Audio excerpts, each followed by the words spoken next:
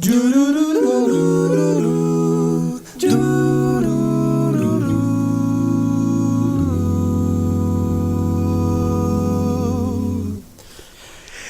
vejo em seu olhar, não é fácil. Finalmente cheguei. Eu preciso agradecer as irmãs pelo convite, especialmente a Lu, né? Obrigada por pensar em mim. Eu não sei se vocês sabem, mas eu sou professora, né? Então, quando eu comecei a minha carreira, eu era professora substituta. E daí eu já fui professora substituta, mãe substituta, já fui enfermeira substituta, mas é a primeira vez na vida que eu sou palestrante substituta. Tô crescendo, né? Tô evoluindo. Eu quero muito mesmo agradecer o convite, é um prazer, realmente é a primeira vez, eu já estive aqui na conferência, mas para palestrar realmente é a primeira vez e para mim, pessoalmente, é uma honra dividir púlpito com a Naíra, com a Leila, que tem nos ensinado tanto ao longo de tantos anos. E o meu assunto hoje é um assunto em que eu sou especialista, né? Eu já fui substituta em várias áreas, mas essa eu nunca achei um substituto. Eu sou especialista em pecar, não sei vocês. Eu tenho 40 anos de vida cristã e eu me tornei especialista nessa área, infelizmente. É a área que eu tenho lutado bastante, né? Para vencer. Eu nunca achei um substituto que pudesse pecar no meu lugar, infelizmente. Mas a gente tem o tema aqui, combatendo um bom combate. O que é combate, né? Combate remete a batalha, guerra, luta, né? E toda batalha tem dois lados, senão não haveria batalha, não haveria luta. E nós temos um inimigo. Toda batalha requer um lado amigo e um lado inimigo, depende da visão, né, de quem está lutando. Nós estamos num combate diário, né? Acho que é por isso que eu nunca achei um substituto para mim. Nós temos um combate diário. É esse combate que a gente quer falar hoje, né? Nós vamos lutar contra um adversário. Nós precisamos saber quem é esse adversário, né? E essa passagem aí que foi colocada, né, combatendo um bom combate, está lá em 2 Timóteo capítulo 4, versículo 7. Quando Paulo, no final da sua vida, né, está falando para Timóteo, dando vários conselhos para ele, e ele fala: combati o bom combate. O que Paulo quis dizer com bom combate, né? O que ele quis passar para Timóteo nessa mensagem de combati o bom combate?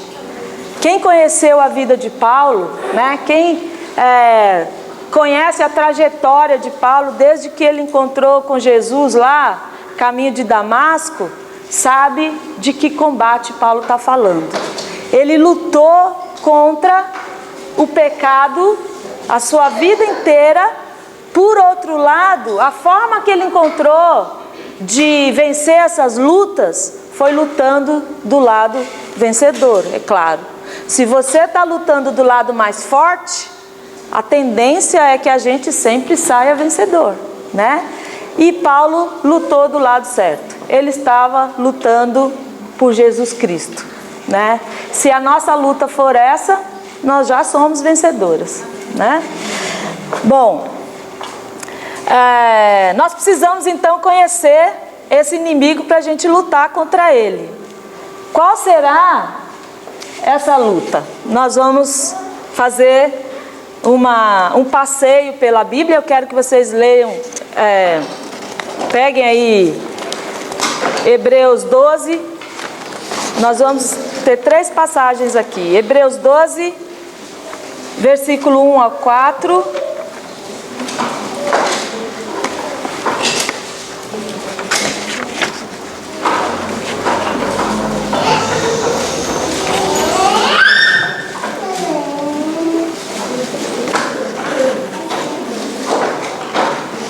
Minha Bíblia está no celular, viu, gente? Então...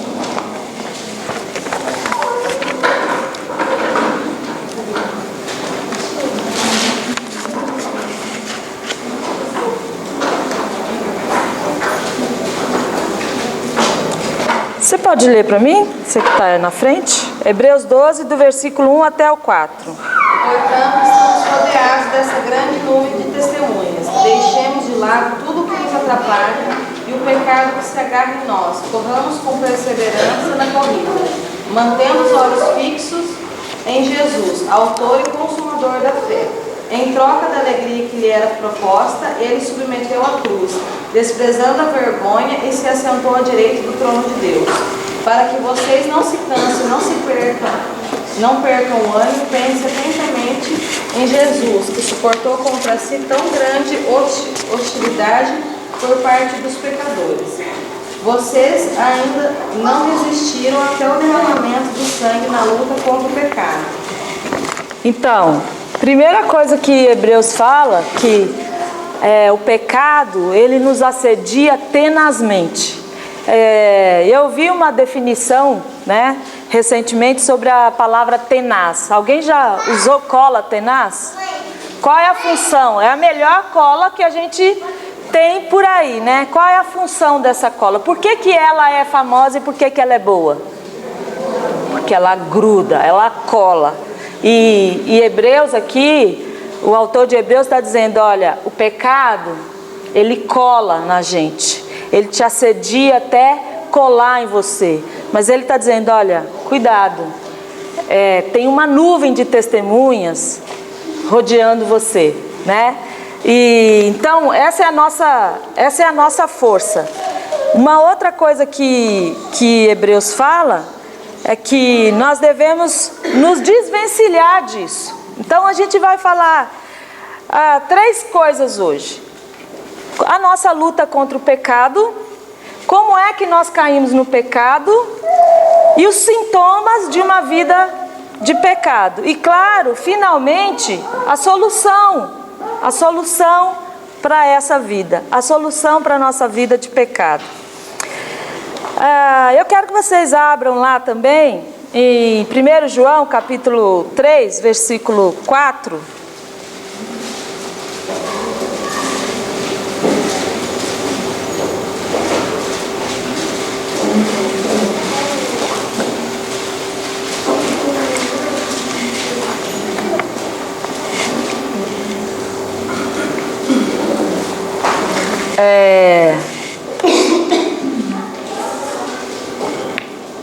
A gente vai ver o que é pecado. Aqui em 1 João capítulo 3, versículo 4, ele diz: todo aquele que vive... Eu estou lendo uma outra versão, tá? Eu só tenho essa no celular, mas eu gosto mais da tradicional, mas eu gostei dessa versão que ele diz: todo aquele que vive habitualmente no pecado, também vive na rebeldia. Pois o pecado é rebeldia. Então, em outra versão ele vai dizer que o pecado, além de rebeldia, é transgressão da lei. Que lei? A lei de Deus. Isso é pecado. Transgrediu a lei de Deus, você já é pecador. E ainda em 1 João, no capítulo 5, versículo 17, ele dá uma outra definição sobre o que é pecado.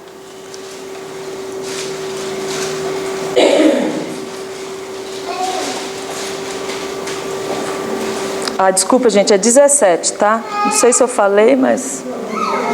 Falei, né? Ele diz: toda injustiça é pecado. E há pecado que não é para a morte. Toda injustiça é pecado. Nós vivemos num mundo hoje de injustiça. Eu não sei se vocês sentem como eu, mas às vezes eu penso, Deus... É tão difícil viver nesse mundo porque nós vivemos num mundo onde os valores estão invertidos. O que deveria ser valorizado é completamente desvalorizado. E o que nós deveríamos valorizar como a justiça, piedade, amor, boas obras, quem faz isso é otário, né? Taxado de otário. Se você pratica justiça, na visão do mundo você é um otário. Mas a Bíblia diz que toda injustiça, qualquer forma de injustiça é pecado. Logo, nós como filhas de Deus devemos viver uma vida justa, né? Viver uma vida onde a justiça é propagada por meio de nós. Então, pecado é iniquidade, né? Transgressão da lei, rebeldia, né? Se a gente vive no mesmo pecado o tempo todo, quando nós nos habituamos com esse pecado. Alguém até falou uma vez que tem gente que tem um pecado de estimação, que leva na malinha, né? Onde ele vai, peraí, deixa eu pegar, igual celular, não sai sem ele, né? E aí lá vai, acaba levando o pecado. E 1 João aqui está dizendo que se nós estamos habitualmente em pecado, a gente precisa tomar cuidado. Nós precisamos abandonar a nossa malinha de pecados de estimação, né?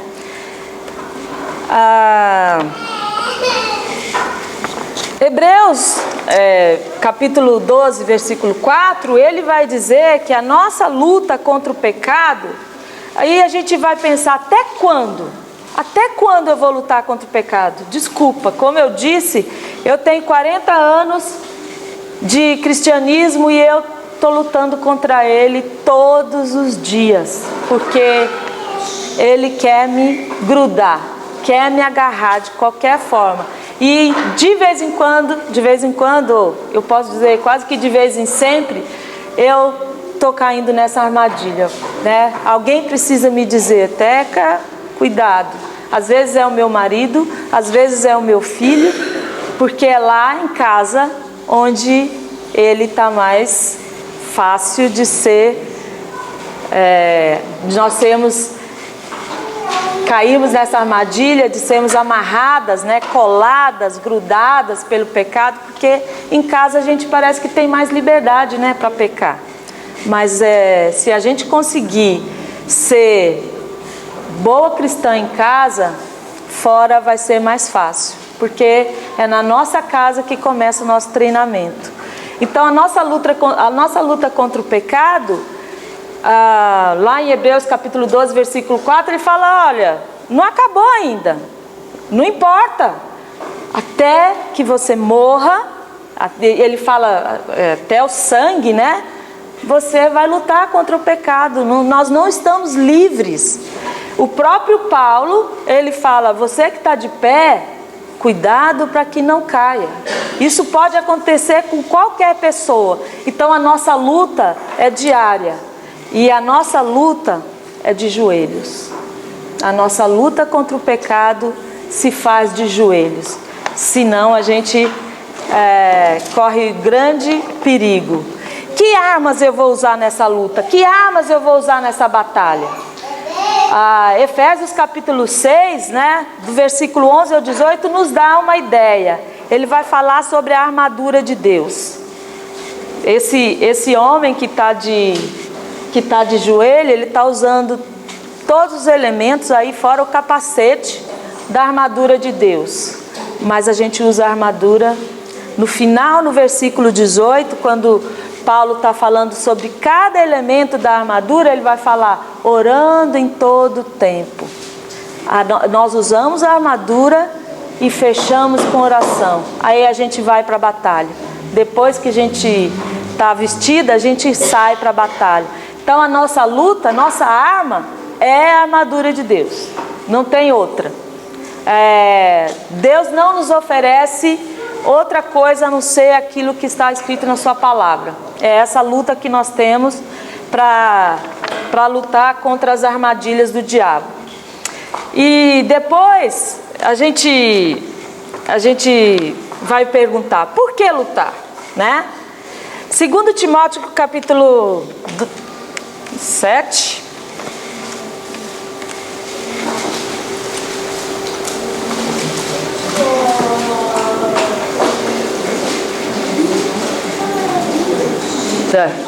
Gente, eu coloquei errado, acho que é 4.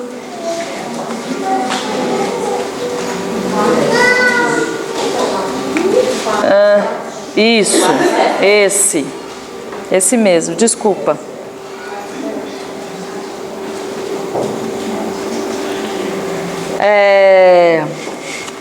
Por que nós devemos lutar? Versículo 7 e 8, né? Ele diz: combati o bom combate, completei a carreira, guardei a fé. Essa é a nossa luta, é guardar a fé. Se tem uma coisa que nos fortalece, que pode nos livrar de grandes problemas e da armadilha do diabo, é usar a nossa fé. E Paulo fala: olha, completei a carreira, guardei a fé. E qual é a recompensa? Que recompensa a gente tem em guardar a fé? No versículo 8 ele vai dizer,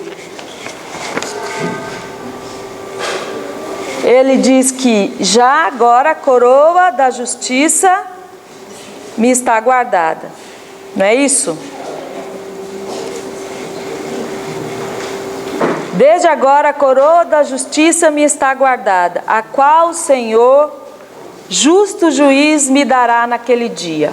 É por isso que nós lutamos, porque nós acreditamos que nós vamos ter uma vida além dessa. A gente luta muito aqui, mas depois a nossa coroa está reservada. A coroa da justiça nos está reservada.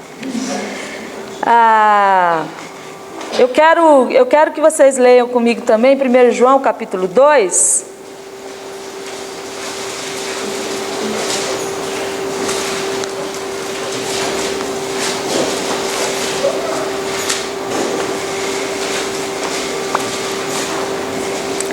Versículos 5 e 6.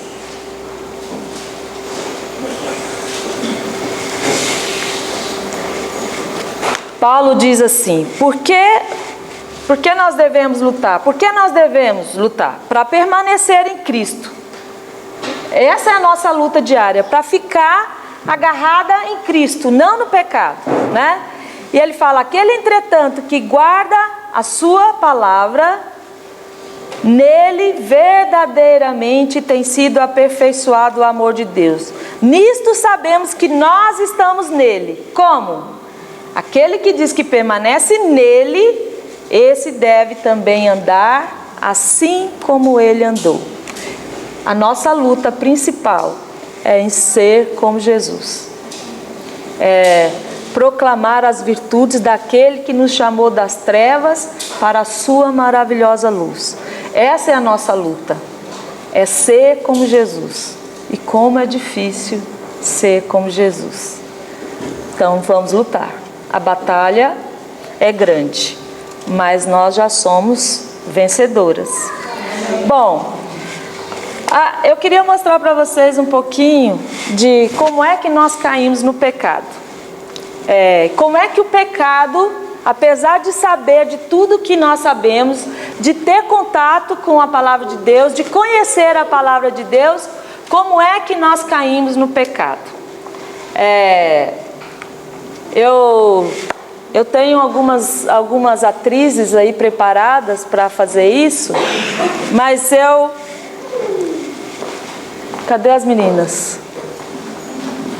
Então lá, eu vou mostrar para vocês como é que a gente cai no pecado. O que está escrito nessa cadeira aqui? Vou deixar até aqui no meio. Não mexa.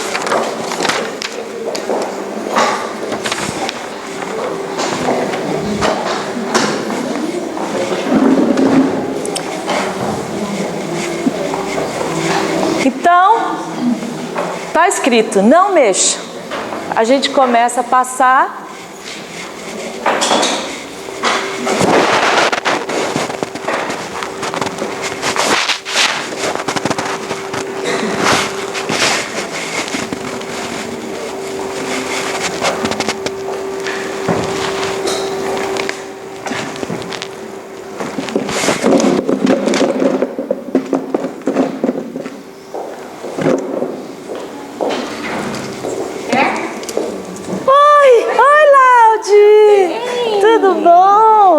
você? Tudo bem? Tudo bem, Eu vim obrigada. convidar você para ir comigo numa reunião de família lá no prédio hoje. Menina, não posso porque eu tô fazendo ginástica. Nossa, não posso sair daqui agora. Mas eu vou um dia, próxima vez eu vou, tá? Tá bom? Obrigada.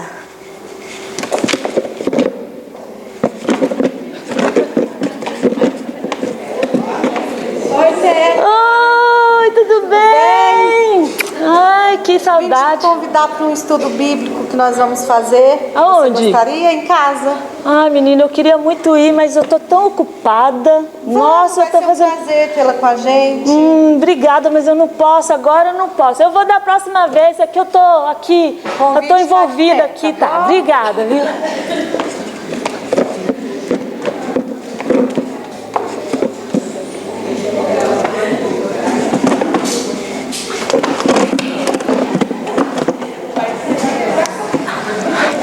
Ai, caramba, como eu vou sair daqui?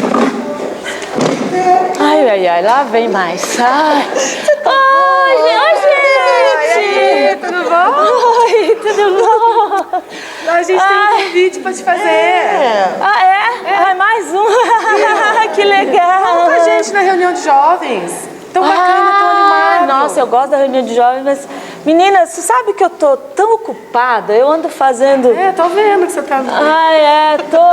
Eu não consigo nem... Olha, nossa, menina, muita coisa pra fazer. É mesmo? Você não tem noção, eu tô muito ocupada. Mas arranja um tempinho, vamos lá, a gente vai adorar o Senhor, vai cantar. Eu vou deixar pra próxima, tá bom? Tá bom, então na próxima eu te espero. Viu? Tá bom, Fica com obrigada, Deus. tá? Tchau, tudo de bom. Tchau, tchau.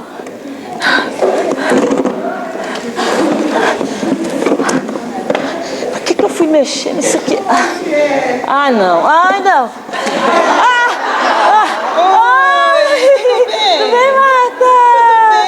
Eu gostaria de convidar você para uma vigília na igreja, Teca. Menina, nossa, eu queria muito ir, mas eu tenho que passar a roupa. Mas deixa a roupa pra lá, Teca. Você tá vendo como eu tô cansada? Eu tenho que passar roupa, arrumar casa. Mas vamos, Teca. Eu queria muito ir, Marta, mas dessa vez não dá não, tá? Obrigada, viu, pelo convite. Agora eu não consigo mais sair. Não! Ai, querido. Senhor, hoje, vamos comigo. Vai ter o quê? Vai ter ceia na casa. Ceia, hoje é domingo, né? Vamos participar. Eu queria ir, mas eu tenho que fazer almoço. Vai chegar visita na minha casa. Mas a visita é tão importante, sim? Então, né? Não, mas a visita... não dá, eu tenho que fazer almoço pra eles, arrumar, receber. Sabe como é, né? Não, tá bom, meu amor. Obrigada, viu?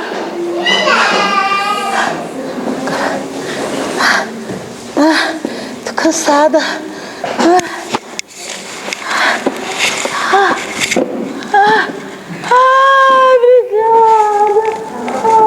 Que alívio.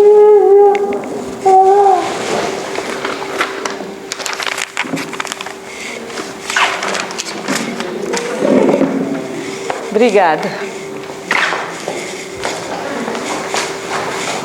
Então, é assim. Eu tava usando o microfone não, né? Não. Que legal. Vocês estavam me ouvindo bem? Que ótimo. Melhor assim. É assim que nós caímos no pecado. Ele não chega de repente. A gente vai caindo aos poucos. Ele vai nos atraindo aos poucos. Tiago capítulo 1, versículo 12 até o 15.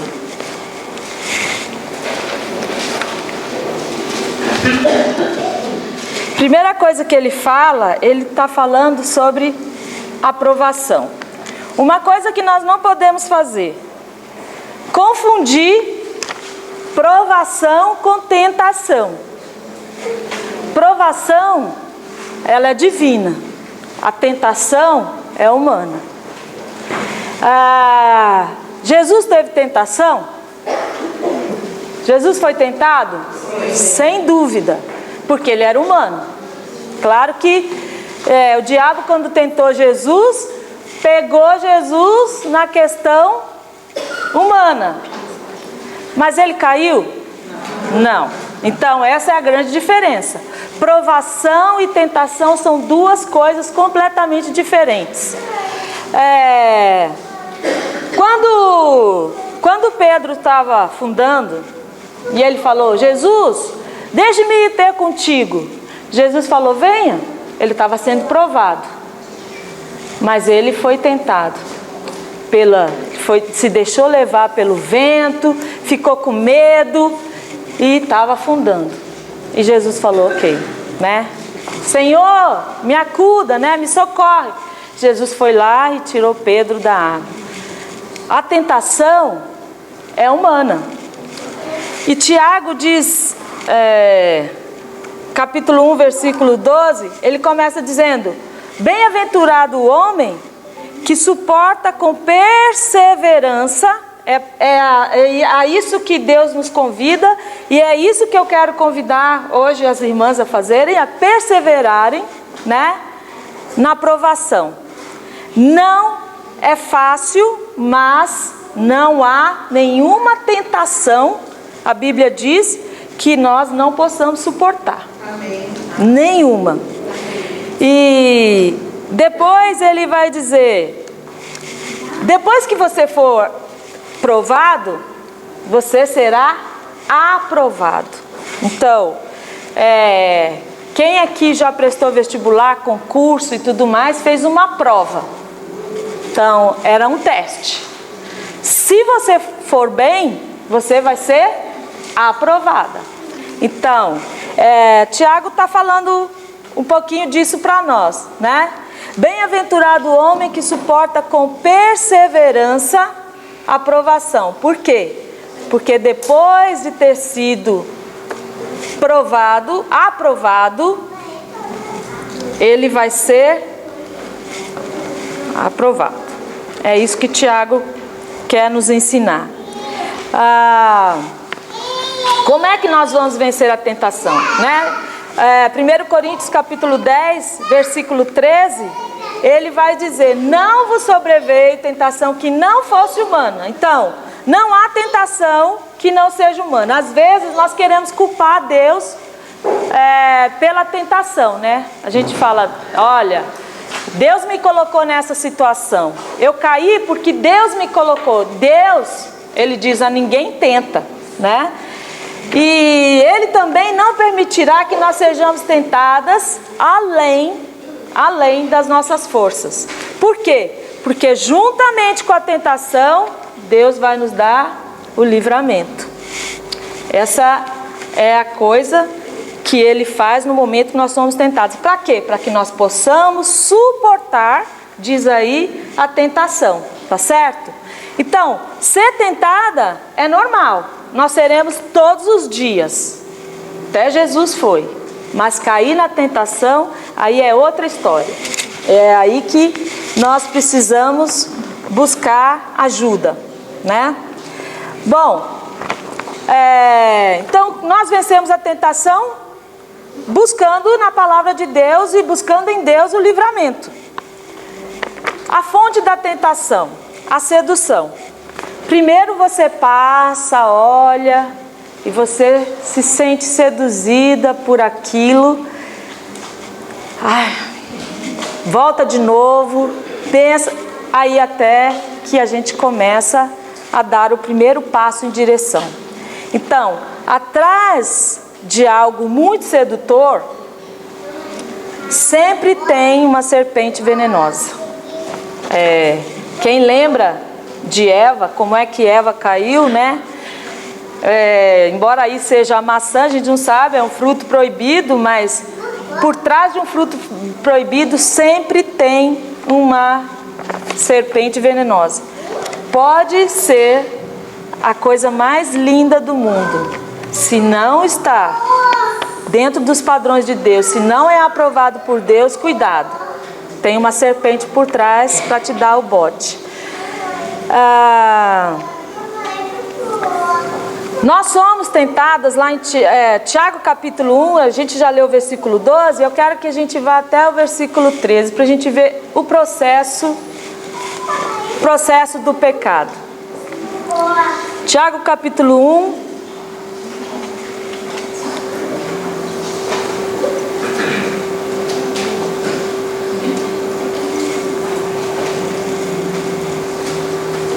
Ele diz: ninguém sendo tentado diga, sou tentado por Deus, porque Deus não pode ser tentado pelo mal e Ele mesmo a ninguém tenta. Aí no 14 ele diz: cada um, porém, é tentado quando atraído e engodado pela sua própria cobiça. Então, a cobiça, ela traz a sedução. Então, primeiro é a cobiça. Eu vou olhar para o pecado atraente, vou pensar, eu vou olhar de novo, então eu começo a cobiçar. Então eu sou seduzido. Uma vez que eu peguei, ele começa a me seduzir. E esse é o processo do pecado. Vocês lembram da cadeira? Esse é o processo do pecado. Nós somos, depois de seduzidas, atraídas. E a passagem diz que depois que nós somos atraídas, o pecado, ele vai conceber. Em algumas versões ele diz, a cobiça, tendo sido concebida, dá à luz o pecado. O que é dar à luz? Quem é a nora da Naíra vai dar à luz? Por que ela vai dar à luz? Ela está grávida. Concepção é isso, né? A gente começa a engravidar do pecado. E ele não vem de repente, né? Para ela dar luz, tem um processo todo, né? Que começa com o casamento, nem sempre nessa ordem, né? Mas concepção, e aí ela tem primeiro mês, segundo mês, a coisa não acontece de repente. Tem um processo para chegar. E quando o Tiago fala que depois de ser concebido, ele vai dar a luz ao pecado, aí a coisa fica feia. Aí fica muito feio, porque o processo, ele vai ter um final, né? E Tiago está nos ensinando esse processo. Olha, cuidado, você não é tentado por nada, nós somos tentados pela nossa própria cobiça. Talvez aquilo que me atrai não atraia você, né? Tem gente que é atraído por sapato, né? É meu? Aqui eu coloquei para despertar aqui o tempo, mas tem gente que é atraída por sapato, que gasta tudo que tiver para comprar um sapato. Tem pessoas que são atraídas por cigarro, que não consegue. Como é que ela chegou no vício do cigarro? Vocês lembram? Quem já fumou? Que eu já tentei fumar uma vez quando eu era criança e nunca mais, porque eu enrolei um papel assim e fui imitar a minha irmã que fumava, eu quase morri, né? E aí eu falei, credo, coisa horrível, nunca mais. Nem era cigarro, imagina se fosse. Mas ela com um trago, né? Droga. Tem gente que é atraído por droga. Como é que começa? Como é que ele cai no vício da droga?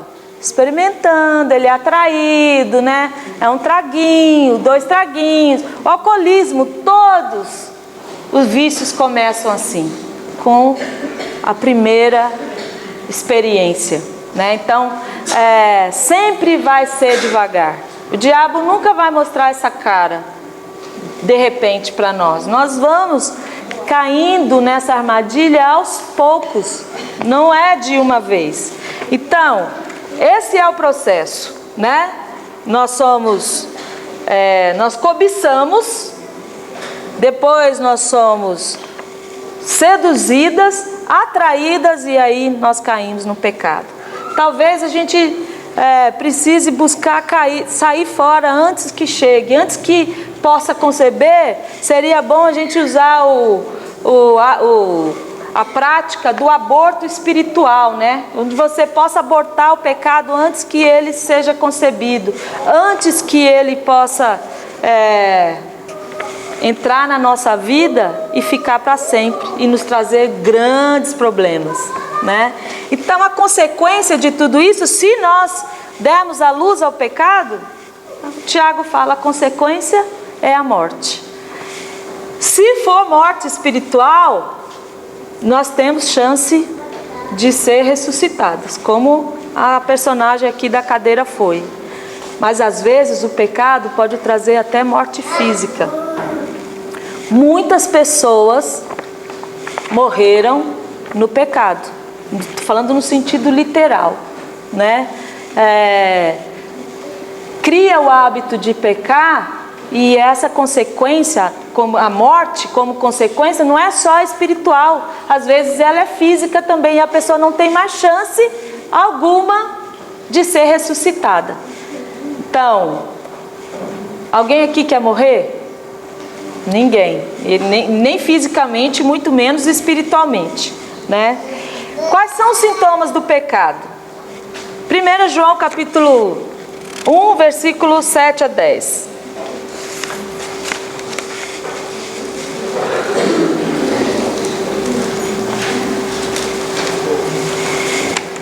A gente tem bastante 1 João, porque ele fala muito sobre a vida do cristão, como ele deveria viver a sua vida, né? Ele vai dizer, olha, Jesus é a solução para o seu pecado, mas ele fala, quem ama Jesus não vive pecando. Quem ama Jesus não vive na prática do pecado, né? A gente vai ver isso lá em 1 João capítulo 3, ele vai falar bastante sobre isso no versículo 6, 9, mas o sintoma do pecado, né? João vai falar para nós o seguinte, o primeiro sintoma do pecado, como foi representado aqui com a cadeira, é o isolamento, é a falta de comunhão. Então, quando o prazer em ter comunhão com os irmãos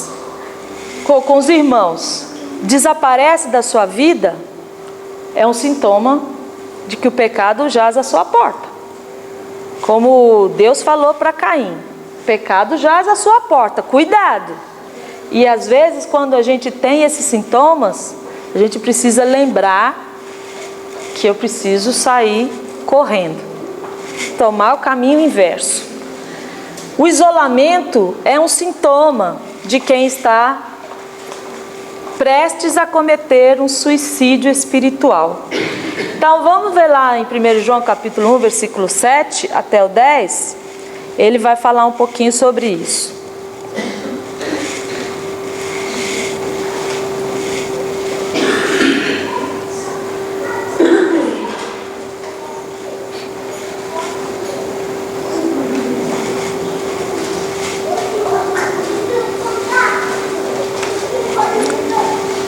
Ele diz, no versículo 6, vou ir um pouquinho.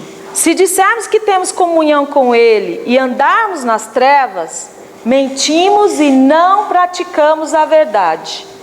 Mas, se andarmos na luz como Ele está na luz, temos comunhão uns com os outros.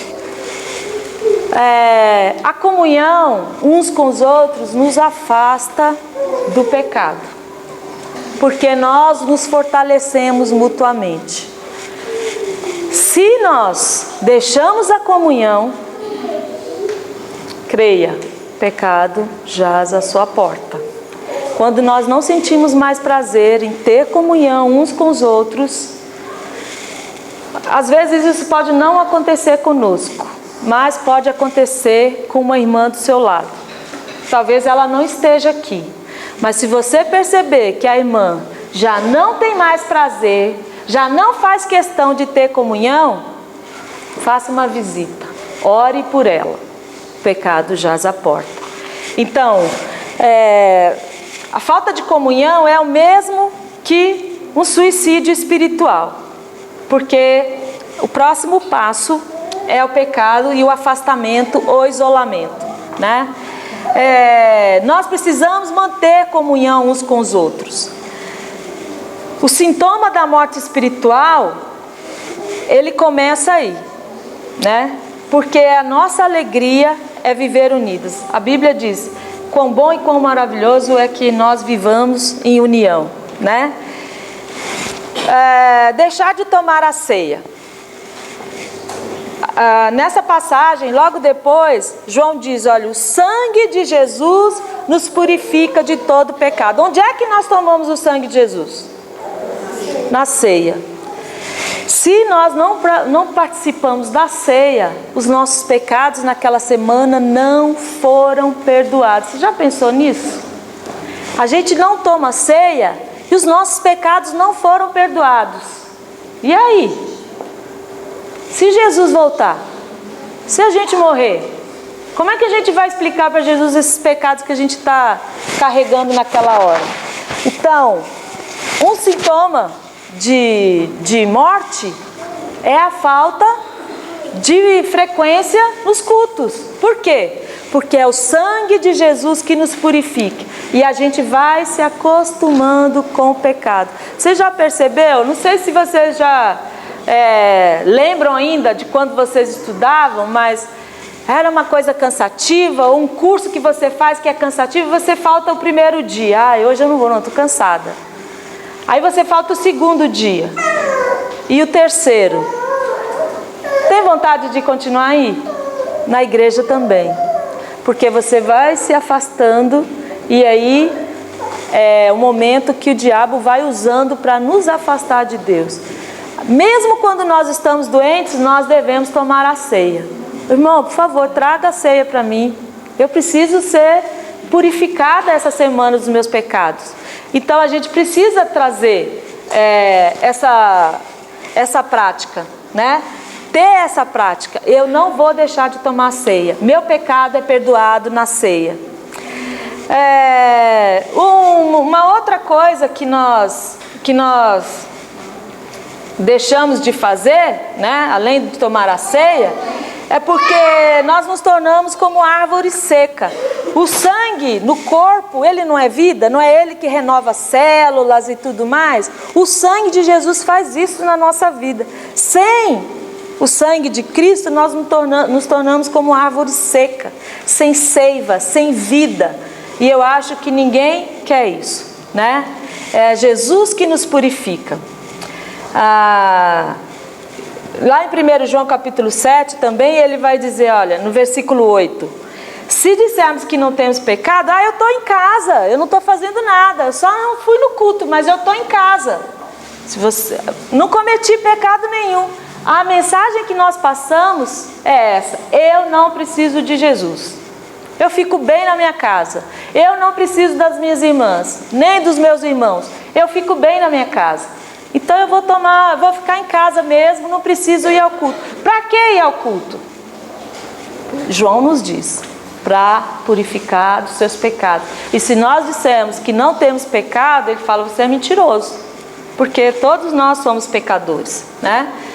Nós estamos nos enganando e ele diz, a verdade não está em nós. Bom, uma das coisas que nós precisamos fazer também para nos livrar disso, né, é deixar de lado o orgulho. Quando eu me afasto de Deus, eu acho que vocês já devem ter essa experiência. Eu pelo menos já conheci várias pessoas. Quando você se afasta de Deus, você começa a ficar com um orgulho tão grande que você não tem coragem nem a humildade de voltar para pedir perdão. E o orgulho é um sintoma de uma vida em pecado, né? O orgulho não nos deixa primeiro confessar nossos pecados, impede que nós tenhamos comunhão, impede que nós voltemos, né, a nossa vida a nossa vida cristã, né, de discípula de Jesus. E 1 João também vai dizer que é a falta de amor, no versículo 10, capítulo 3, versículo 10. 1 João capítulo 3, versículo 10.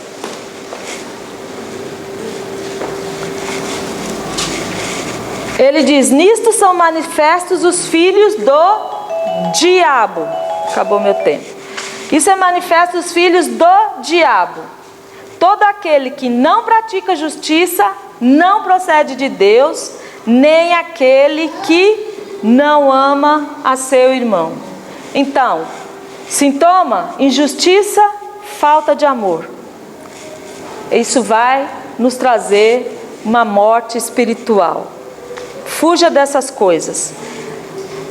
Quando você vê alguém que não ama, ele não é filho de Deus. 1 João fala isso. Se ele não é filho de Deus, ele é filho de quem? Se não é filho de Deus, é filho de quem? Ele está dizendo, não sou eu não, ele está falando. Nisso são manifestos os filhos do diabo. Todo aquele que não pratica justiça não procede de Deus, nem aquele que não ama a seu irmão. Em outra passagem ele vai dizer que nós somos assassinos. Quem não ama, quem odeia, é assassino. Não, esse não é uma característica do Filho de Deus. Não é uma característica daquela que confessa discípula de Jesus. Bom, a solução para o pecado. A gente viu aqui, quem é que livrou aquela moça pecadora do pecado? Jesus. Não tem outra solução. A cruz de Cristo é a solução. Então, não importa em que estágio, em que ponto desse processo de pecado a gente está hoje. Jesus é a solução. E graças a Deus, porque nós temos vida. Nós não morremos fisicamente. Se nós estamos morrendo espiritualmente, ou se conhecemos alguém que está morrendo espiritualmente, hoje é o dia de voltar. Jesus é a única solução, não tem outra, né? Nós temos Cristo como o nosso Redentor, Salvador, Justificador. Então, o que nós precisamos fazer? Não se canse de lutar. Primeira coisa. A batalha é diária e o inimigo, ele tem poder. Graças a Deus que é infinitamente mais poderoso. Nós fazemos parte do grupo vencedor. Nós fazemos parte do exército vencedor. Então, cuidado com seus olhos. É por ele que entra a cobiça, né? Se a gente pensar em Eva, se nós pensarmos em Judas, quando viu aquele monte de moedas, né? Encare seu pecado de frente. Essa é uma solução. Encare seu pecado de frente. Se ele é gigante, se você acha que ele é grande demais, que você não pode vencer, vá contra ele, pequena, mas faça como Davi, que foi contra Golias, em nome do Senhor dos Exércitos. Nós fazemos parte do exército vencedor. Vá contra o pecado em frente, de frente, o seu pecado, e vá contra ele, como diz lá em 1 Samuel, em nome do Senhor dos Exércitos. É ele o nosso comandante, né? Assim como aquela pessoa que ficou grudada na cadeira, né, no pecado, que não conseguia, ficou tenazmente colada no pecado, Jesus é a nossa solução. Ele nos assedia aos poucos.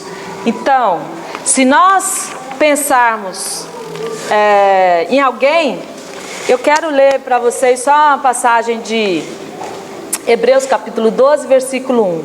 Ele diz: portanto nós, visto que temos a rodear-nos tão grande nuvem de testemunha, desembaraçando-nos de todo o peso e do pecado que tenazmente nos assedia, corramos com perseverança a carreira que nos está proposta. Então, para nós termos nessa batalha, combatermos o bom combate, para que a nossa carreira seja completa, para que nós guardemos a fé até o fim, lute todos os dias. Não caia no pecado. Não deixe que a sedução, a cobiça nos atraia de tal maneira que a gente não consiga sair. Mas se acontecer, só tem uma solução: Jesus Cristo, a cruz de Cristo. E que nós possamos estar perseverantes nessa luta contra o pecado todos os dias. Eu espero que nós possamos falar como Paulo no final: combati o bom combate, completei a carreira, guardei a fé. E essa é a nossa luta. Que Deus nos abençoe.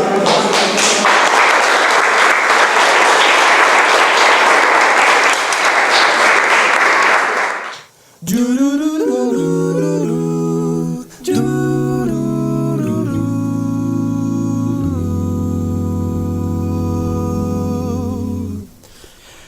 Eu vejo em seu olhar, não é fácil suportar. São tantas